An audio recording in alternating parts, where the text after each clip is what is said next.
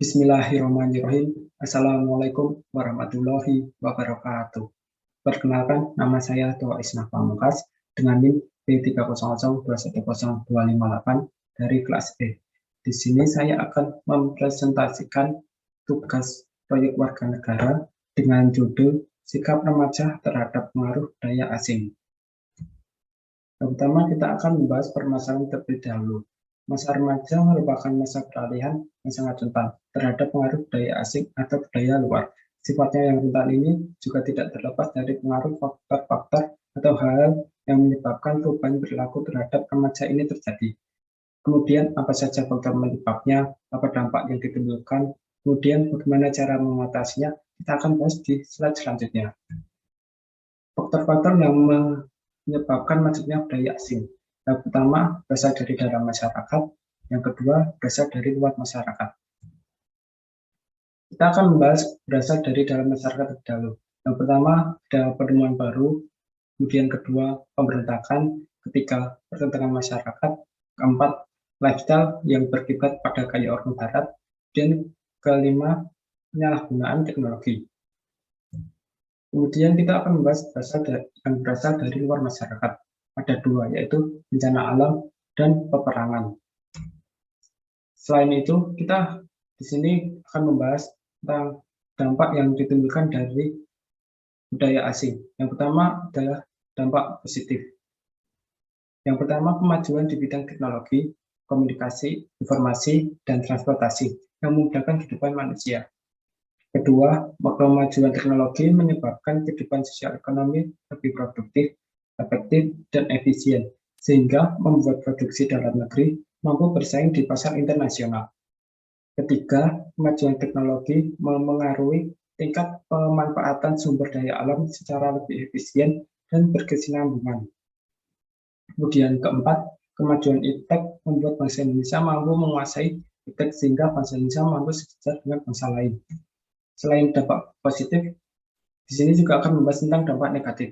Yang pertama, terjadinya sikap mementingkan diri sendiri atau individualisme, sehingga kegiatan gotong royong dan kebersamaan dalam masyarakat mulai ditinggalkan. Kedua, terjadinya sikap materialisme, yaitu sikap mementingkan dan mengukur segala sesuatu berdasarkan materi, karena hubungan sosial dijalin berdasarkan kesamaan kekayaan, kedudukan sosial, atau jabatan. Akibat sikap materialisme, kesenjangan sosial antar golongan kaya dan miskin semakin lebar. Yang ketiga, adanya sikap sekularisme yang lebih mementingkan kehidupan duniawi dan mengabaikan nilai-nilai agama. Keempat, timbulnya sikap bergaya hidup mewah dan boros, karena status seseorang di dalam masyarakat diukur berdasarkan kekayaannya.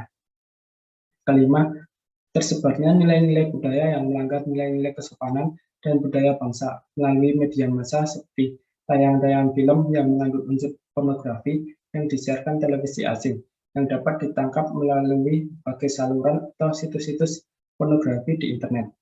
Yang terakhir, keenam, masuknya budaya asing yang tidak sesuai dengan nilai-nilai budaya bangsa yang dibawa para wisatawan asing, misalnya perilaku seks bebas atau free sex.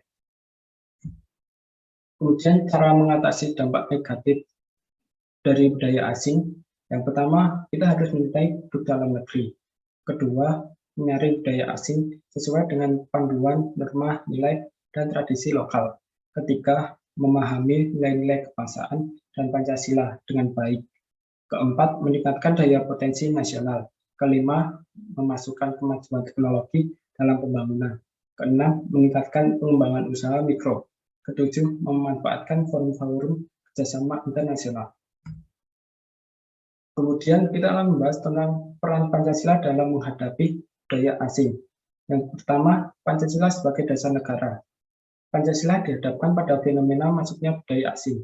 Budaya asing membawa tatanan baru dengan menghapus batas antar negara.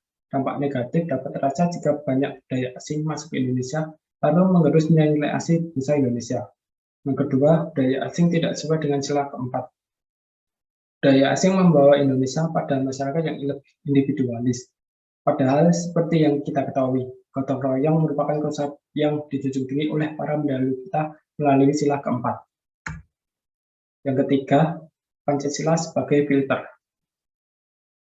Pancasila dapat digunakan untuk memilah mana saja nilai yang dapat diserap untuk kemudian disesuaikan dengan nilai-nilai Pancasila sendiri. Dengan begitu, Pancasila tidak kaku dan menutup jalan bagi adanya perubahan. Sekian presentasi dari saya. Apabila ada salah kata, mohon dimaafkan. Terima kasih. Wassalamualaikum warahmatullahi wabarakatuh.